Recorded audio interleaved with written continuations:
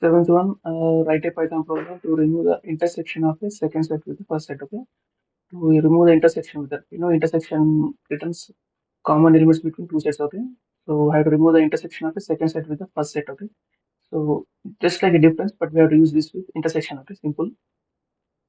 So take these two elements, S1 and S2, and check common elements. How you check common elements? For I in S1 and S2. Okay, S1 intersection S2 here. So if there is common difference, remove it. Okay, simple. I dot sorry S1 dot trim I. Now print intersection of print S1 print S2 here. Okay, simple.